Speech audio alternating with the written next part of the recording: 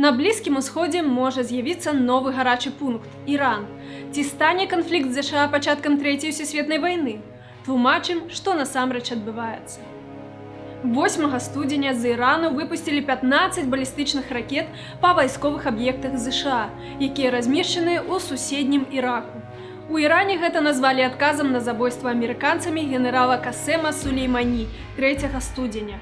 Гэты абстрэл стаў першымі адкрытымі ваеннымі дзеяннямі паміж Іранам і США за больш як 30 гадоў. У 1953 годзе адбыўся пераварот, за якім стаяла амерыканская і брытанская служба. То бок і пасля адбываліся іншыя эпізоды эскалацыі канфліктаў, то бок гэта не адзіная праблема, вось менавіта ў іранска-амерыканскіх дачыненнях, якую мы можам назіраць.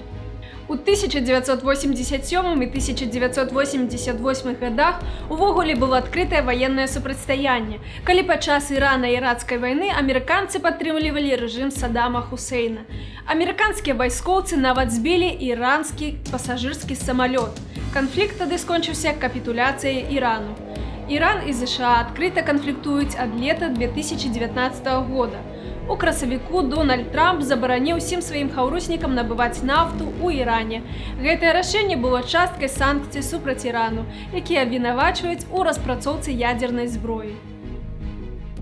Такім чынам, Іран застаўся без вялікай часткі экспартных грошай. Трэба разумець, што экспарт нафты і газу амаль напалову напаўняў дзяржаўны бюджэт краіны.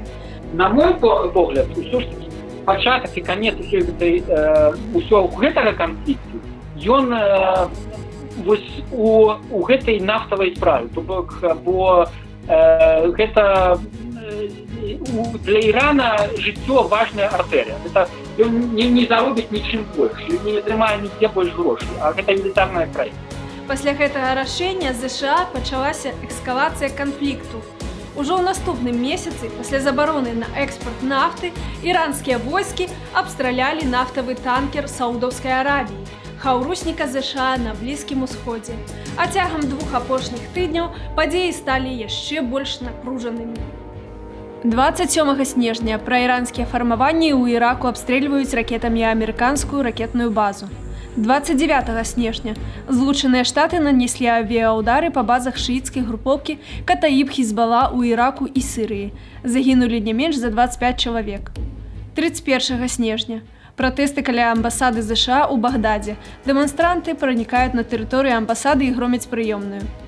3 студзеня кропкавым ударам у аэрапорце Багдаду ўзброеныя сілы США забіваюць іранскага генерала Сулеймані. 8 студзеня з тэрыторыі Ірану запускаюць балістычныя ракеты па іракскіх вайсковых базах, дзе знаходзіцца амерыканскі кантынгент. Іран атачаюць гарачыя пункты – Афганістан, Ірак, Сірыя, Йемен. Сённяшні ўрад вельмі нестабільны. Ён знаходзіцца пад ціскам міжнароднай супольнасці і апазіцыі. А таму існуе верагоднасць, што можа ўпасці дзейсны рэжым, і гэта дэстабілізуе Іран. Але Трэцяй сусветнай чакаць тут не варта, бо ўсесветныя сілы ў гэты канфлікт не ўступаюць. Пра Трэцюю сусветную гэта збольшага проста гучныя загалоўкі для медыа, клікабельныя. Гэта не адлюстроўвае таго маштабу канфлікта і праблемы ў гэтым рэгіёне. Ёсць рызыка ў тым, што тэрарыстычныя арганізацыі, такія як ІГІЛ і іншыя тэрарыстычныя групы, яны могуць скарыстацца гэтай нестабільнасцю ў рэгіёне. Ракетная атака з боку Ірану насамрэч цалкам магла быць пастановачнай. Іранцы загадзя папярэдзілі пра свой напад, і ніводзін амерыканскі салдат не загінуў ад ракетных удараў, але іранскія медыа паведамілі пра 80 забітых вайскоўцаў. Рэжыму іранскаму давялося такім чынам задаволіць патрабаванні сваіх больш рэвалюцыйна настроеных, так бы мовіць, выбарцаў і грамадзян.